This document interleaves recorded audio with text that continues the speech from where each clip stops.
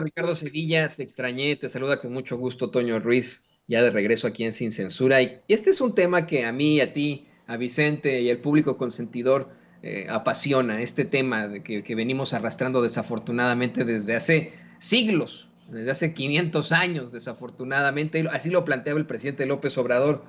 Nosotros, tú, yo, el mismo Vicente, crecimos con la idea implantada en las mismas escuelas de que había que mejorar la raza, de que precisamente lo indígena estaba mal, cuando tenemos desde el principio que sentirnos completamente orgullosos de nuestro gran pasado, de nuestro genoma indígena y de nuestra gran cultura mexicana, de esas grandes culturas que consiguieron muchísimas cosas y que no se equiparan a ninguna otra en el mundo, algo que es un pasado para nosotros fantástico, pero desafortunadamente nos tenemos que pues aventar este tipo de comentarios, algo que es idiosincrático y que tendremos que enfrentar durante todavía algún tiempo.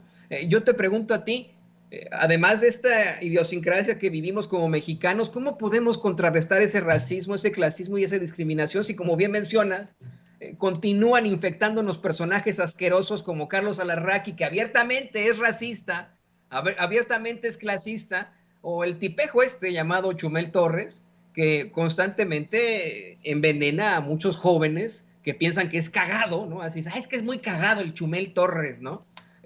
Y pues en la realidad está verdaderamente envenenándolos con discursos absoluta y completamente racistas. Que no se nos olvide la serie de chingaderas que ha hecho ese desgraciado, pero ¿cómo podemos contrarrestar esto mirando hacia el futuro, querido Ricardo Sevilla?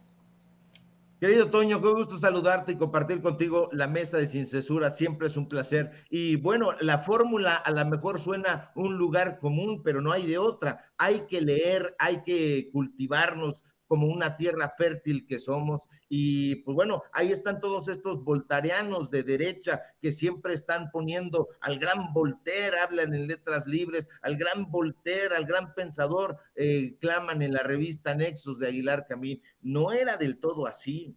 No era del todo así. Hay que recordar que una de las frases de Voltaire decía: los indios son perezosos, estúpidos, son hombres inferiores. De ahí se robó Guillermo Sheridan esa parte de ese discurso. Se lo roba también desde de Aristóteles, de la política. Escribió Aristóteles en ese libro sobre los pueblos bárbaros, esclavos por naturaleza, cuyo destino no es otro. Dijo el gran Aristóteles, así catalogado: el destino de los indígenas no es otro que el de ser conquistados y esclavizados para que trabajen. ¿A quién querían para quién querían que trabajaran? Para los griegos. Entonces, hay que tener en cuenta eso. Y si nosotros leemos, yo estoy completamente seguro, querido Toño, que la puerta hacia el conocimiento, el autoconocimiento, el entendimiento de nuestro entorno está en la literatura, está en la historia, está en la filosofía, está en la historia del pensamiento. Si nosotros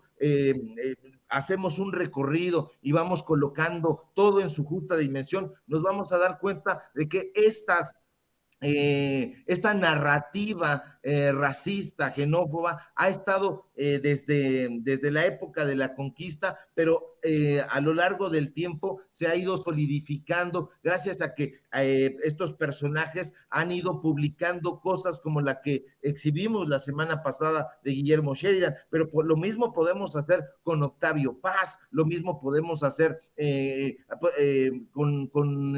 con Jan Mayer, con Gabriel Said, con todos estos personajes que, pues bueno, de alguna manera se han encargado de ser como los faros alumbradores del neoliberalismo, pero esa sería la ruta. Hay que recordar, por ejemplo, que Vicente Guerrero ha sido prácticamente sacado de la historia real de México.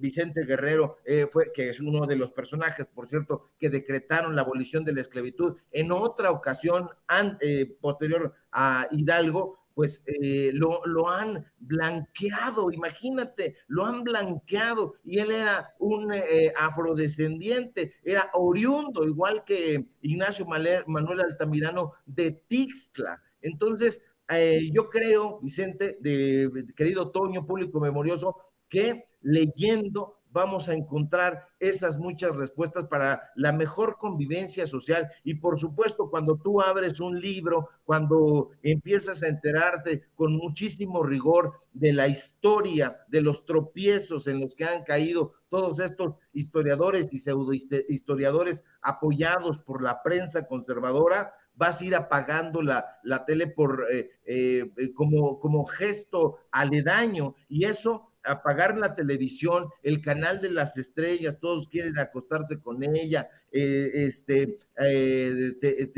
Televisión Azteca, Radio Fórmula, todo esto ya no le va a decir a la gente nada. Por eso yo siempre estoy apostando por la memoria, y por eso me refiero a las personas, a la gente que nos ve como público memorioso, porque sé perfectamente que recordando es volver a vivir, pero y volver a reflexionar sobre las cosas que han sido taras para el desarrollo de este país. Entonces, la clave, en suma, mi querido Toño, aunque parezca un lugar común, aunque parezca una fórmula trillada, es leer. Un pueblo educado no es proclive al engaño.